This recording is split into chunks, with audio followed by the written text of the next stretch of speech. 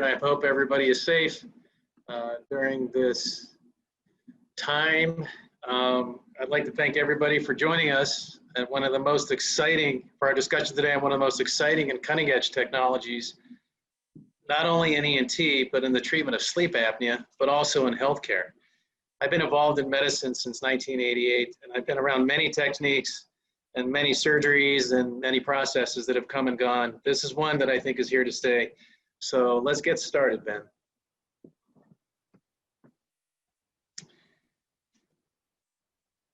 There are 170 million people in the United States who snore. And of those 170 million people, 20 million Americans have moderate to severe sleep apnea. And there are two areas of blockage that create the sleep apnea issues in 95, 98% of people. One is airway obstruction through the nose, and the other one being in the mouth, both at the palate and the base of tongue. As you can see here on the right-hand graph on the bottom, an obstructive event is when we stop breathing, but our oxygen goes down. And you can see that the apneic episode number 1, they've stopped breathing for 47 seconds and their oxygen dips below 90%. And episode 2 is 90 seconds. It's 86 seconds, but essentially 90 seconds. And you can see where their oxygen drops down to 74%. And if you ever listen to anybody who is a family member of somebody who is in bed with somebody who has sleep apnea, it is very scary for them. And if your oxygen is dropping down to 74%, you're turning blue or you're turning white, and it's very alarming to people. What are the consequences of untreated sleep apnea? Fatigued, diminished productivity, decreased job performance, irritability, anger, headaches, reflux, bed partners, as we just discussed a second ago, but it leads to other issues. I have a family member who is a psychologist, and she tells me that she sees a number of patients for marital problems, and a lot of it stems around the issues with snoring and sleep apnea. It creates separation in bedrooms. People sleep in different rooms because they can't tolerate this as a spouse, and it can lead to divorce. Of great concern is the accidental risk. And people driving, they're tired, it's been a long day at work, and they're falling asleep at the wheel. And something that's new and interesting, which I find very exciting, there are a number of studies that have linked sleep apnea to cardiac disease, the effect on the heart, heart attacks, atrial fibrillation, and stroke. And we're starting a process with the Arizona Heart Hospital to incorporate what we do as a technology with these heart patients to try to get them on a better path.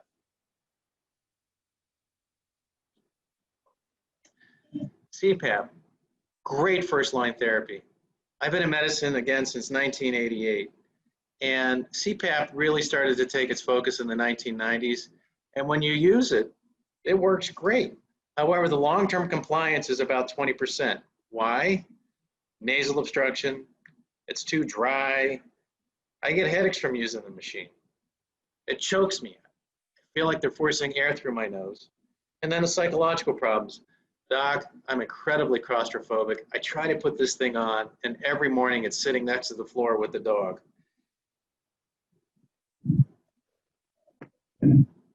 Alternate options include oral appliances.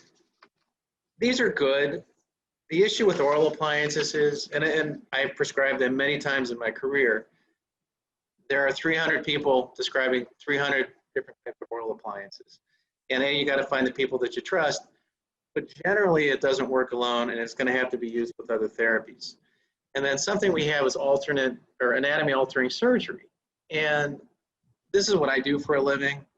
And there are many surgeries that we do that help alleviate many of the symptoms associated with sleep apnea, but also reduce its symptoms. Now, one of the things when you do come in for a consult is this isn't just being an implant being put in to solve your problem, because sleep apnea, as we discussed on a previous slide, just isn't the tongue movement or the palate movement. A lot of it can be the nasal airway, and we have to address all issues. And when we approach patients, it's just not a drive-through where we're going to come in, we're going to do this, and it's going to fix your problem. We're looking at how are we going to make you in 10 years? How are you going to be in 20 years from now? And that's when the discussions take place if we need to do alternate therapies in addition to doing the Inspire implant. The Inspire implant is a safe outpatient procedure, and it's as easy as pushing a button and you go to sleep.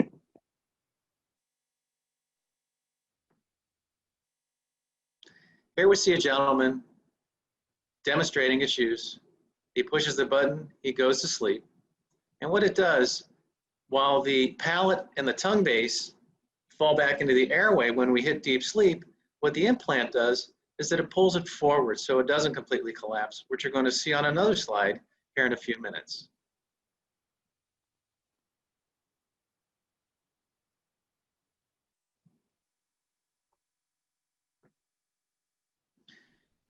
Inspire is a safe outpatient procedure.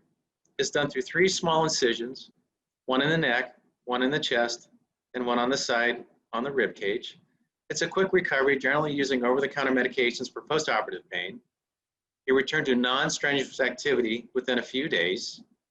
The half-life of the battery is approximately 11 years, and it's MRI safe for the head, neck, and extremities. So how does this work? On the left-hand side, this is somebody who has no stimulation, and you can see the base of tongue, and the one next to it is the palate. And you can see a small dark circle, that is the airway, and it's near complete collapse without any stimulation or airway control. And on the right-hand side, with the Inspire device, it's a mild stimulation through activation of both the palate and the tongue base, and you can see as the palate and the tongue base want to close, it doesn't. It opens, thereby alleviating the issues of the obstruction. Oxygen doesn't desaturate, and allows the patient to be much better from a treatment standpoint.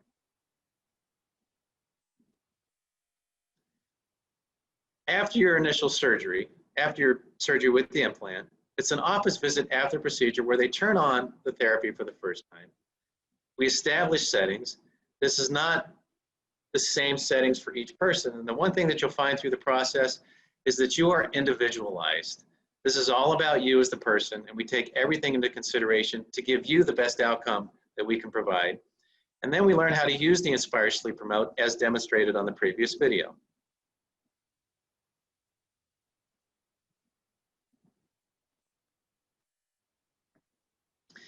Indications for the implant are moderate to severe obstructive sleep apnea, unable to get a consistent benefit from CPAP, which we talked about, which is the 20% of long-term compliance.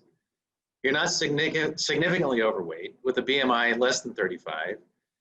You can pass an airway examination called a drug-induced sleep endoscopy over the age of 18, and this is covered by virtually every insurance here in the United States.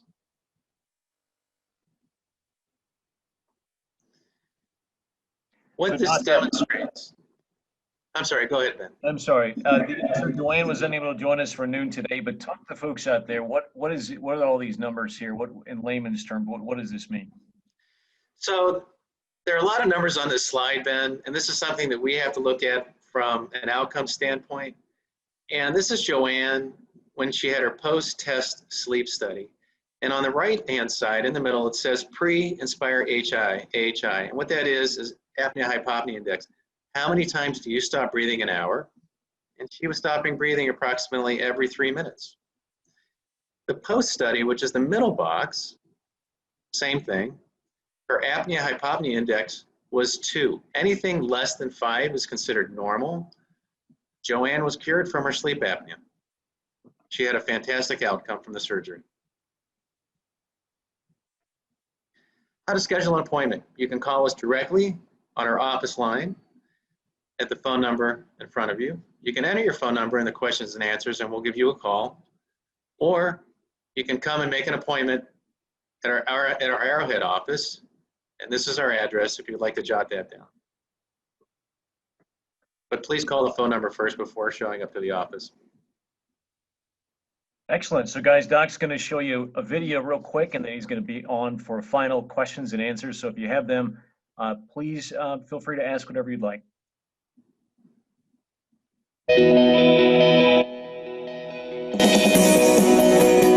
In our morning rounds, a treatment offering hope for millions of sleep apnea patients. The disorder causes people to stop breathing when they're asleep. An estimated 22 million Americans suffer from sleep apnea. It puts them at greater risk for diabetes, heart disease, stroke, and memory loss. Patients who are older, overweight, and male are generally most at risk. David Begnaud shows us the new option helping some patients. David, good morning. Nora, good morning. For those who struggle with sleep apnea, treatments like the CPAP machine can be hard to sleep with. They don't always work, and a lot of people just can't get a full night's sleep with it. But now there's a new FDA-approved device called Inspire, and it's gaining popularity. For some people, it's a last resort. Their life literally depends on it. The Cleveland Clinic named this kind of treatment #2 on its list of top medical innovations for 2018. We met a woman who finally found relief after more than 2 decades of trying to get a good night's rest. I wasn't breathing. I wasn't getting the correct amount of oxygen. My thought process had gone. Good job! Peggy Sarabo's memory got so bad, her family thought she had dementia. The 59-year-old was so exhausted, she says she could barely do her job as a nurse. So people were noticing it, but you were too. I was too. You knew something wasn't right. I knew, not as quickly as they did, but I knew I was in trouble. Peggy has severe obstructive sleep apnea, where her throat muscles relax, blocking her airway and disrupting her sleep. On average, she stops breathing 53 times an hour. That's nearly once every minute during a night's sleep. Give me an example of a night. Up 4 hours, maybe sleep 2. This is the area where I would sleep. Oxygen machine, correct. CPAP. Correct. So she tried other Close it. treatments. Take the mask, bring it over my Yeah. face like this. She did not find relief from the CPAP machine, a common treatment that delivers constant pressurized air. The CPAP wasn't getting the job done, so you needed Exactly. oxygen on top of that. Exactly. And then that didn't work. And that's when they introduced me to Inspire and saved my life. Inspire is a pacemaker-like device implanted in the chest. It senses when your breathing slows down and sends an electric pulse to the tongue to stimulate it forward, keeping the airway open. This has been revolutionary. It's been a game changer. Dr. Maurits Boone is Peggy's doctor at Thomas Jefferson Memorial Hospital in Philadelphia. She'd given up. She had memory issues. She was miserable. This is not a benign disease. As I said, this is a killer, and it actually shortens people's lives. I didn't realize I had it so bad. A few months after having the Inspire device implanted, You just need to relax and breathe normally. Peggy went to a sleep lab to see how it was working. All right, so listen for me on the intercom, okay? Okay, great. Good night. They ran tests throughout the night, and early the next morning, Dr. Boone revealed the results. So before we activated the device, we have all sorts of problems. This is basically your brain saying, I'm not breathing, I need to do something about it. And after we activate the device, it's perfect. Look at your oxygen. Nice, stable, flat line, staying around 96, 97%. So this is as good as it gets. Okay. And as far as I'm concerned, this is a cure. This is awesome. A study in the New England Journal of Medicine found that more than 2/3 of patients experience less sleep apnea after getting the implant.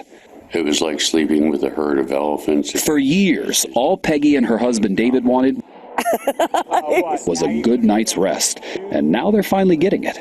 I'm going to show you. Every night, Peggy turns on the implant right before going to sleep. So, What's it like to sleep now? great. Turn myself on. Go to sleep. And I sleep. And then I get up and I turn myself off. And I have a normal day like you and everybody else. Come here, Max. Come here, Doodles. It doesn't work for everybody, but man, it worked for you. It sure did. It saved my life. Let it go. Now, Inspire is not for everyone. It's only for moderate to severe cases like Peggy, and like any surgery, there is a risk of infection. For Peggy, she says her memory is back to 100%, and she's sleeping great at night. All right, folks, so Doc, we have a couple of questions coming in, but before we get to those, if somebody wants to see you and says, gosh, I really want to make an appointment, about how long does it take for them to get in to see you? Usually we're putting people within the first week to 2. The end of the year is always a troubling time for people because they've all met their deductibles, and we'll do the best we can to accommodate people. But Ben, is generally within the week. Okay, excellent. Somebody wants to know, would this be safe for a person who has a pacemaker? Yes, I'd have to know what side the pacemaker is located on. And two, we'd have to know what the underlying cardiac disease is with regards to a stimulation standpoint. But the answer to that is generally has not been a contraindication to putting an implant in. Excellent. Another question, Doc. Somebody wanted to know, what does the stimulation feel like?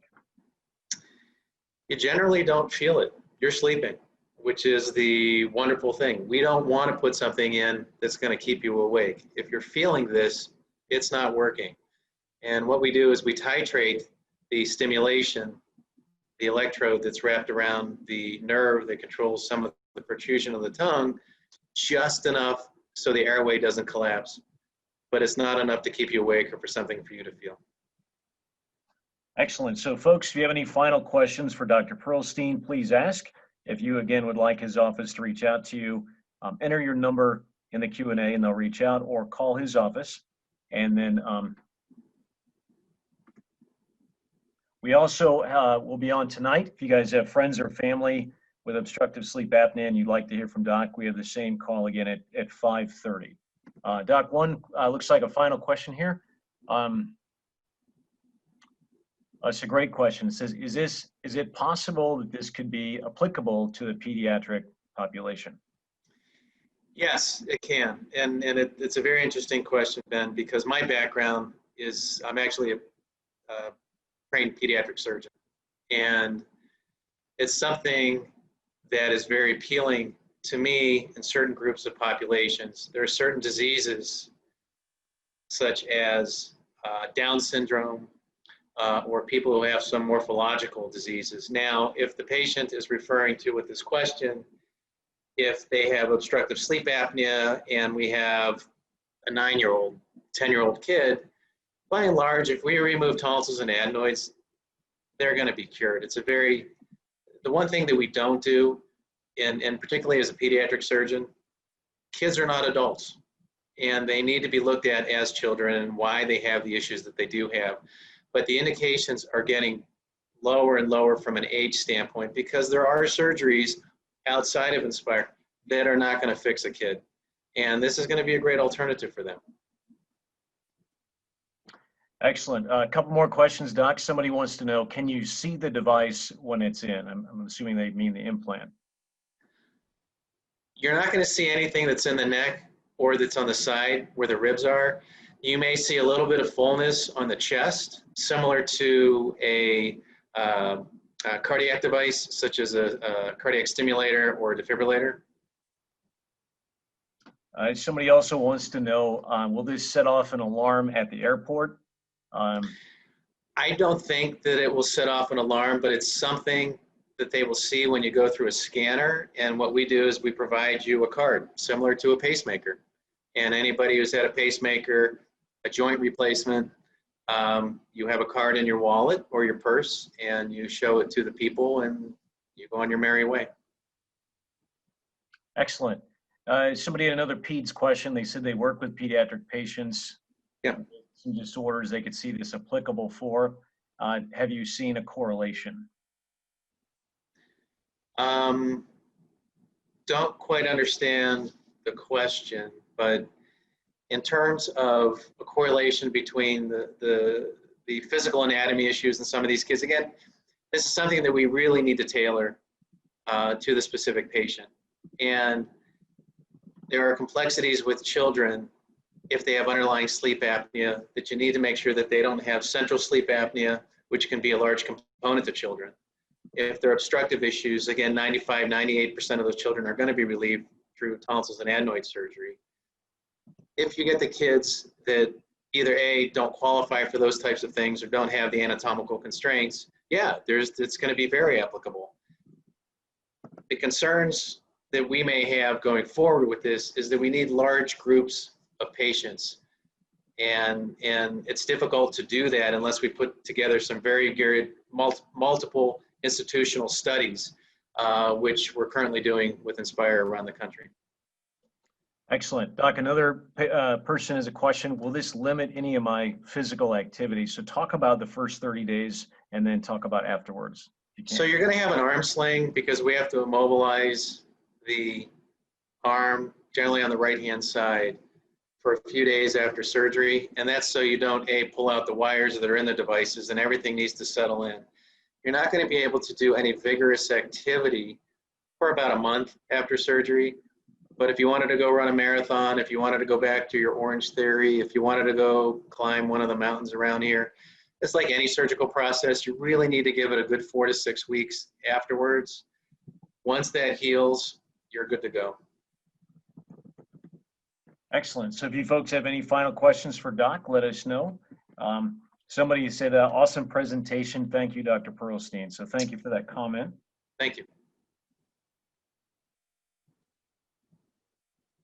And then somebody asked if something about the device, if it doesn't work. So Inspire, as Doc will tell you, is fully customizable, and they can tweak the settings on that.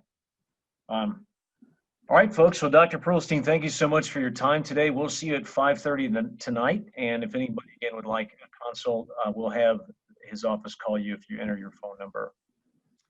Thank you, Ben. And I'd like to thank everybody for joining us today for this exciting therapy. Excellent. Everybody have a great rest of your day. Thank you.